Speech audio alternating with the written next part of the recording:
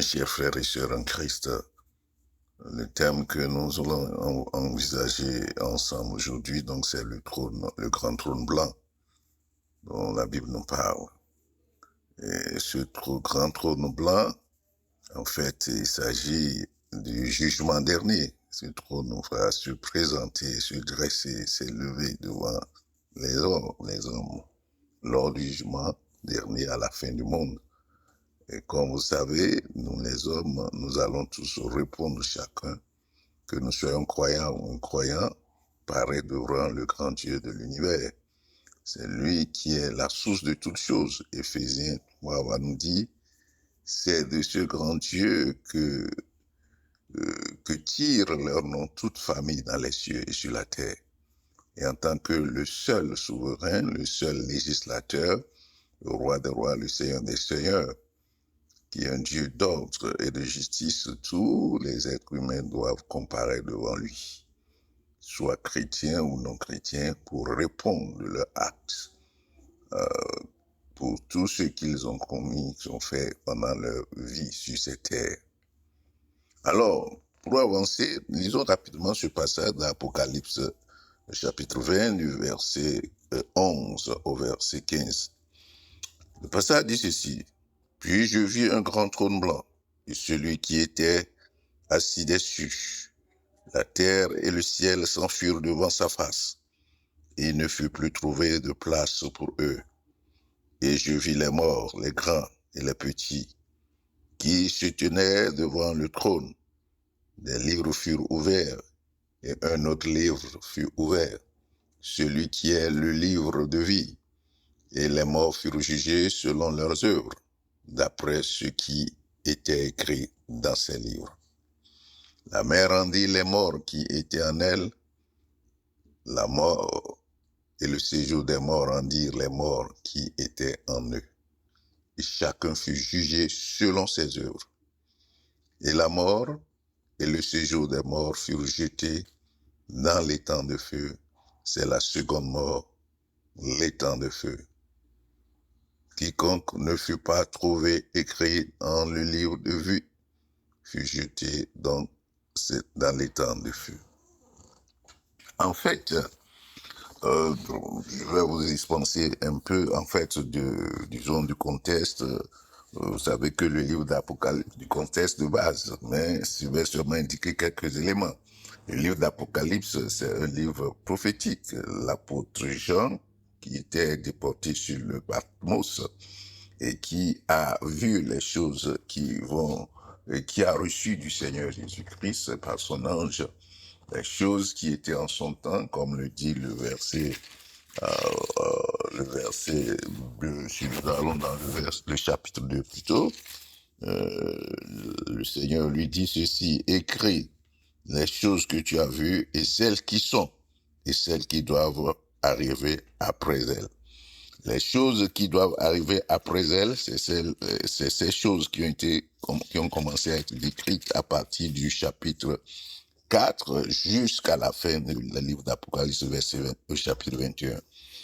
Du 2 au 3, ça parle donc le jugement, en quelque sorte, ça parle de notre Seigneur Jésus-Christ qui, dans la gloire, dans la posture donc du juge inflexible, mettait en exergue, en quelque sorte, ce qu'il voyait de bon et de mauvais dans cette église de l'Asie à l'époque, est-ce que vous voyez. Donc, le passage que nous voulons voir, c'est donc dans le chapitre 20. Mais il y a une remarque à faire ici. C'est donc dans une vision que l'apôtre Jean a reçue, ces visions. Mais le livre d'Apocalypse souvent peut être interprété. Il y a plusieurs écoles, en quelque sorte théologiques, d'exégèses qui ont abordé, qui ont indiqué les 4 points, les 4 manières en fait d'aborder l'étude de ce livre. Moi, sans vouloir trop nous étendre sur ces aspects, puisqu'il s'agit pas donc de l'étude du livre de façon globale et que le temps est limité ici, nous allons seulement envisager en quelque sorte l'approche, comment je dis, actuelle, réaliste, et tirer seulement des leçons pour nous, des implications pour notre vie. Donc, en fait, donc, deuxième remarque, c'est que le livre d'Apocalypse, d'une façon générale, contrairement à la pratique dans, disons, pour ce qui concerne l'écrit dans le milieu, dans le système occidental dont nous avons hérité, les Juifs, les Hébreux ne présentent pas toujours les événements dans un ordre chronologique et nous voyons ça aussi dans ce livre Apocalypse. Mais ce qui est ici, qui est vraiment facile, c'est que, bon, on peut directement parler du thème sans entrer dans tous ces détails-là. Donc, c'était ce que je voudrais dire en liminaire. Donc, ayant lu ce texte, la première remarque qu'il faut faire fondamentalement, c'est ici, c'est que le jugement dernier, c'est ce que je vais essayer de soutenir pendant cet exercice. Le jugement dernier, ou le jugement du grand trône blanc, c'est le jugement des incrédules, de ceux-là qui ont rejeté le Seigneur Jésus-Christ et son évangile de façon définitive.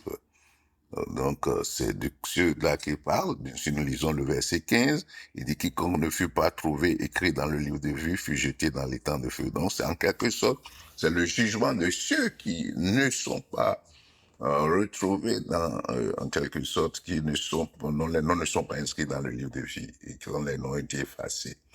On continue fondamentalement de la foi en Jésus-Christ, notre Seigneur Jésus. Donc, cela dit, en fait, qu'est-ce que cela nous indique, ce trône qui est blanc? La couleur blanche dans la Bible veut dire pureté. Ça parle de la droiture, de la sainteté. En quelque sorte, le triomphe de la gloire de notre Seigneur. Et pourquoi vous pouvez lire, par exemple, Apocalypse 7, 13, en ce qui concerne la pureté. Je vais vous donner quelques versets rapidement. Dans le verset 13 du chapitre 7, l'un des vieillards prit la parole et me dit, ceux qui sont revêtus de robes blanches, qui sont-ils et d'où sont-ils venus? Je lui dis, mon Seigneur, tu le sais. Et il me dit, ce sont ceux qui viennent de la grande tribulation. Ils ont lavé leurs robes et ils les ont blanchis dans le sang de l'agneau. Donc, il s'agit donc de la pureté en ce sens-là. Mais c'est aussi, ça parle aussi en quelque sorte de, comment je dirais, de la droiture, de la sainteté de Dieu. Notre Dieu, le Dieu qui s'est révélé en Christ, le Père de notre Seigneur Jésus, le Dieu de notre Seigneur Jésus-Christ, notre Dieu, c'est un Dieu qui est saint, saint et saint. Donc, cette couleur nous parle donc de sa nature de sainteté. Et il y a des passages que vous pouvez aussi lire dans ce sens. Bon, je vais vous épargner compte tenu du temps. Je lis par exemple les vêtements blancs dont on a parlé dans Apocalypse 3:5, qui parle aussi du triomphe de la gloire de notre Seigneur Jésus. Dans Daniel 7:9, par exemple, vous pouvez voir ce qui est dit dans Daniel 7:9 aussi. Et nous voyons aussi le Seigneur Jésus sur la montagne de la transfiguration, quand ses vêtements sont devenus blancs, très éclatants, ainsi de suite.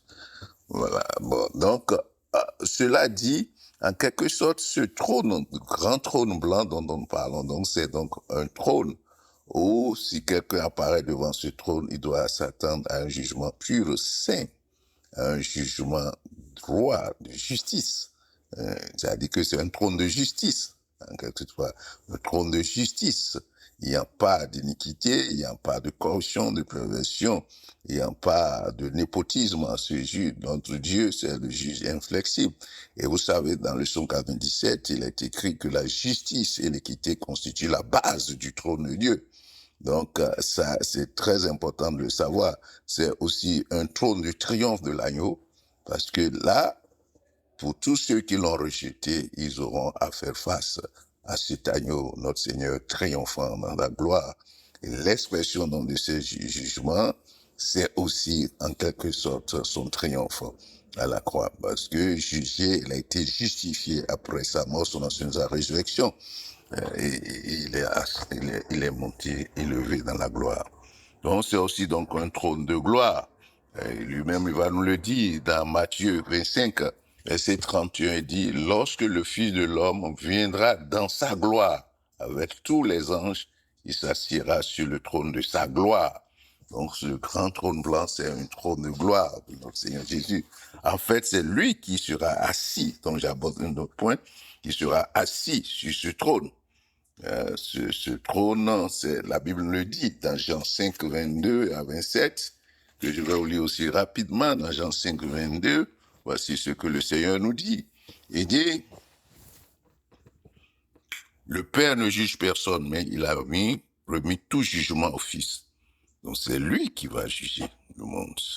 Dans le verset 27, il dit encore aussi ceci, et il lui a donné, parlant du Père, le Seigneur Jésus dit, car comme le Père la vie en lui-même, ainsi il a donné au Fils d'avoir la vie en lui-même, verset 27, et il lui a donné le pouvoir de juger, parce qu'il est le Fils de l'homme. Ne vous étonnez pas, que dira-t-il, car l'heure vient où tous ceux qui sont dans les sépulcres entreront sa voix et en sortiront. Ceux qui auront fait le bien ressusciteront pour la vie éternelle, mais ceux qui auront fait le mal ressusciteront pour le jugement. Donc, le grand trône blanc, c'est le trône de jugement dernier, où sera assis le Fils de gloire, notre Seigneur, le Seigneur des Seigneurs. C'est un trône de juste, c'est le trône où sera assis, donc comme dirons, le fidèle, le véritable, le Seigneur des Seigneurs, le grand juge de l'univers, en quelque sorte, celui qui a été établi par le Père. Voilà. Donc, donc la colère, aussi la couleur nous indique aussi comment ce sera dans ce jugement, comme je vous ai déjà dit, ça va être un jugement juste, comme l'a dit. Dans Daniel 12, 2 et 3, nous pouvons lire rapidement ceci. Daniel 12, 2, c'est très bon ce passage, il dit, plusieurs de ceux qui dorment dans la poussière de la terre se réveilleront, les uns pour la vie éternelle et les autres pour pour la honte éternelle. Ceux qui auront été intelligents brilleront comme la splendeur du ciel, et ceux qui auront enseigné la justice à la multitude brilleront comme les étoiles à toujours et à perpétuité. Voilà. Donc, nous voyons donc que ça va être un jugement de justice, un jugement juste. Et ça aussi, on peut voir, disons, en ce qui concerne le jugement, dans les livres de Matthieu 13, 47 à 50, 47 à 50, on peut voir aussi ce qui est dit dans Matthieu 25, aussi 31 46. Dans Apocalypse 6 jusqu'à 20, nous voyons les différents jugements qui ont eu lieu au dernier temps. Maintenant, en fait, qui seront ceux qui seront jugés? C'est ça qui est très important de savoir. Et ça aussi, le Seigneur Jésus nous a dit quelque chose. Il y a deux éléments que mettent en exergue tous ces passages parlant de jugement.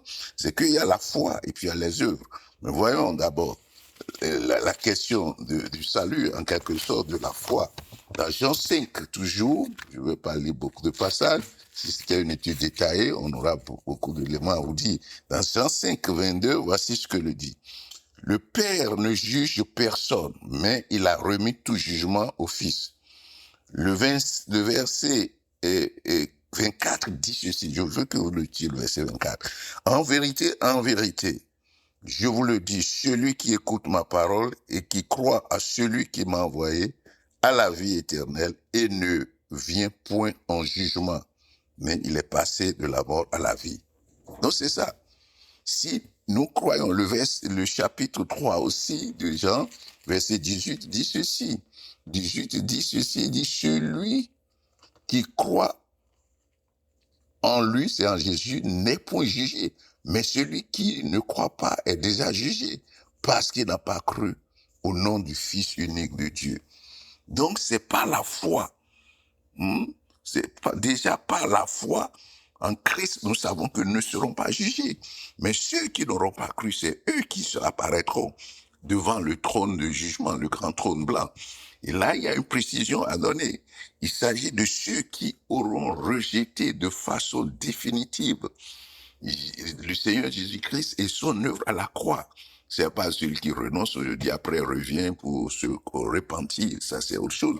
Mais ceux qui, de façon certaine et de façon claire, vont rejeter de façon définitive jusqu'à leur mort, ou bien jusqu'à se trouver dans la grande tribulation.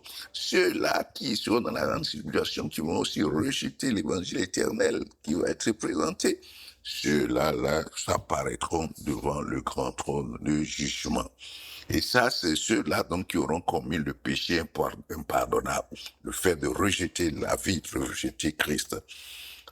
Donc, c'est ceux-là qui apparaîtront devant ce trône de jugement. Jean 6, 40 dit, « La volonté de mon Père, c'est que quiconque voit le Fils et croit en lui ait la vie éternelle, et je le ressusciterai au dernier jour. » Donc, si nous croyons en Christ, nous avons la vie éternelle qui commence aujourd'hui et n'apparaîtront pas. Non, nous n'allons pas. Ceux-là qui auront cru n'apparaîtront pas devant ce grand trône de jugement. Donc, par la foi, nous sommes sauvés.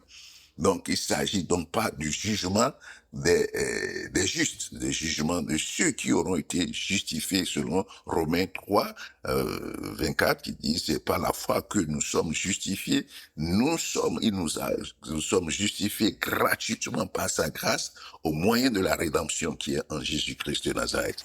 Ceux-là n'apparaîtront pas devant ce grand trône. Et nous ne le justifions pas à beaucoup d'autres passages pour dire que il s'agit parce que dans Apocalypse, déjà où nous sommes, si nous allons dans Apocalypse 19, là, on va parler déjà dans Apocalypse 19, nous parlons donc des noces de l'agneau. Et vous voyez, la Bible dit dans Apocalypse 19, verset 5, « Et une voix sortit du trône, c'est-à-dire, louez notre Dieu, vous tous ses serviteurs, vous qui le craignez, petits et grands. Et j'entendis comme une voix d'une foule nombreuse, comme un bruit de grosses eaux et comme un bruit de fort tonnerre, disant Alléluia, car le Seigneur notre Dieu Tout-Puissant est entré dans son règne. Réjouissons-nous et soyons dans l'allégresse et donnons-lui gloire, car les noces de l'agneau sont venues et son épouse s'est préparée. Donc, les croyants constituent donc en quelque sorte cette épouse du Christ, comme nous l'avons dit, l'épouse du Christ. Et les noces vont célébrer bientôt. On dit, il lui a été donné de se revêtir d'un fin lin éclatant pur. Le verset 8, car le fin lin, ce sont les œuvres justes des saints. Donc, le jugement des saints ne se produira pas au grand trône au grand trône. Parce que le passage que nous lisons là parle déjà donc des œuvres des saints, des justes. Et et le passage finit par dire, là, l'ange me dit, écrit, heureux ceux qui sont appelés au festin des noces de l'agneau. Et me dit, ces paroles sont véritables paroles de Dieu. Donc, ceux qui sont appelés aux noces de l'agneau sont ceux qui ont cru en Christ. Et si tu confesses de ta bouche le Seigneur Jésus-Christ, et si tu crois dans ton cœur que Dieu l'a ressuscité d'entre les morts, tu es sauvé. Romains 19, c'est ça, le fondement de la justice pour les chrétiens. Et donc, ceux-là ne seront pas jugés. Mais 2 Corinthiens 5:10 parlera donc de nous, de ces justes dont nous faisons partie, qui apparaîtront devant le tribunal du Christ. Et ça, ce tribunal du Christ, à quel moment ça aura lieu? Moi, j'anticipe pour dire que ça doit être certainement pendant, comment je dirais, tout juste après l'enlèvement de l'Église, pendant les 7 ans, les 3 ans et demi, les 7 ans qui auront lieu, disons les 7 ans avant le millénaire. Donc c'est ce que je crois. Maintenant, on dit que le jugement dont nous sommes en train de parler ici, le jugement du grand trône blanc, c'est un jugement qui a lieu après le millénaire. Et vous voyez, après le millénaire. Et vous voyez, le passage dit ceci, et c'est très intéressant de noter ces points-là. Dans le verset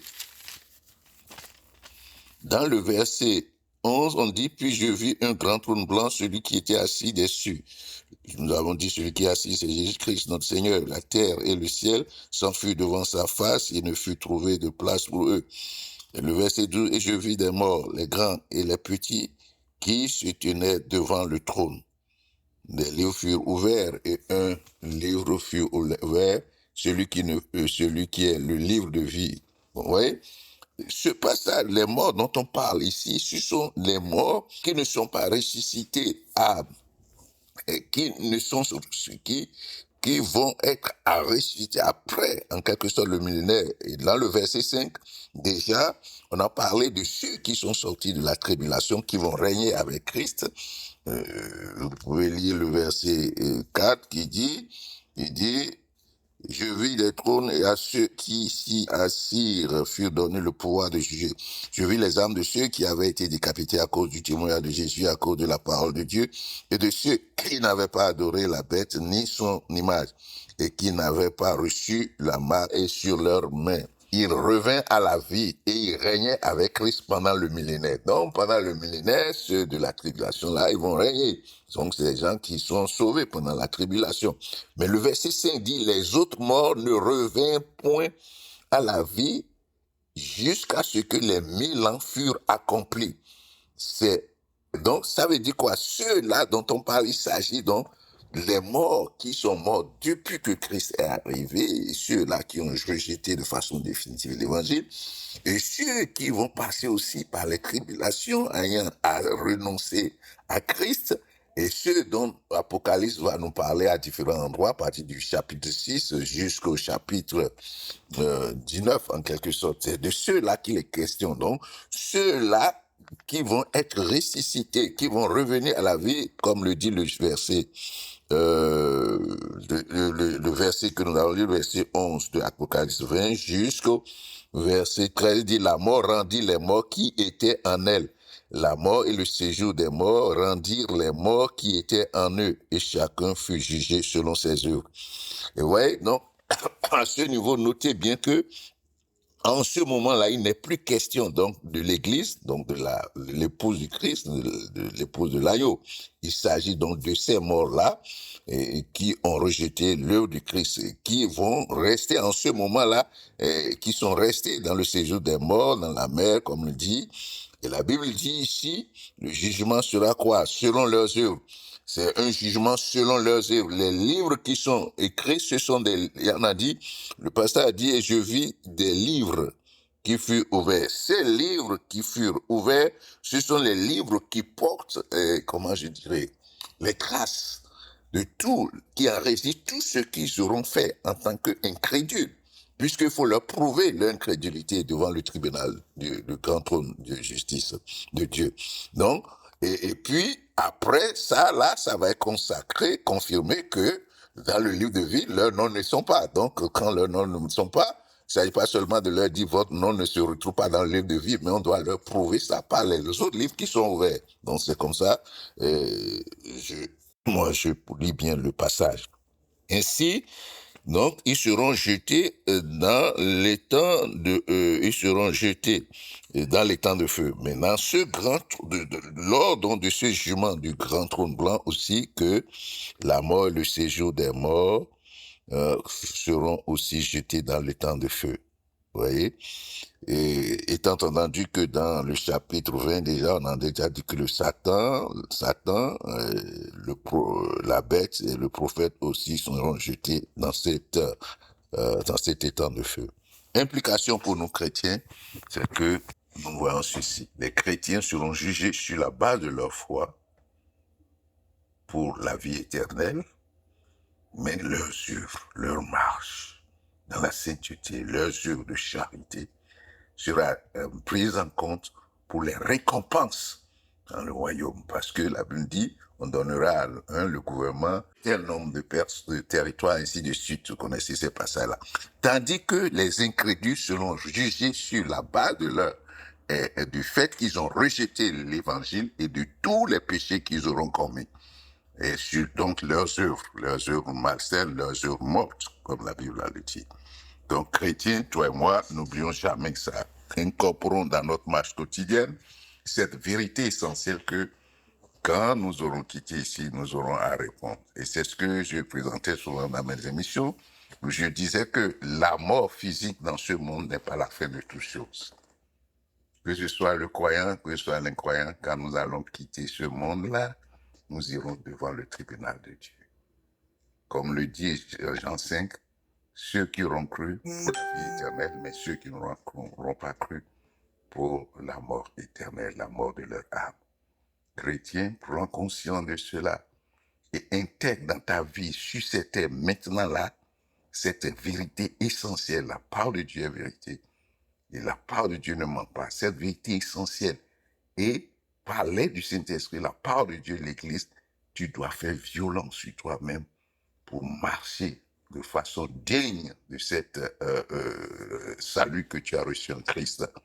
Et marcher digne, portant beaucoup de fruits à tous égards, comme la Bible le dit, pour la gloire de notre Seigneur Jésus et pour la gloire de notre Dieu le Père. Porter des fruits de justice, mais aussi pratiquer les œuvres de charité.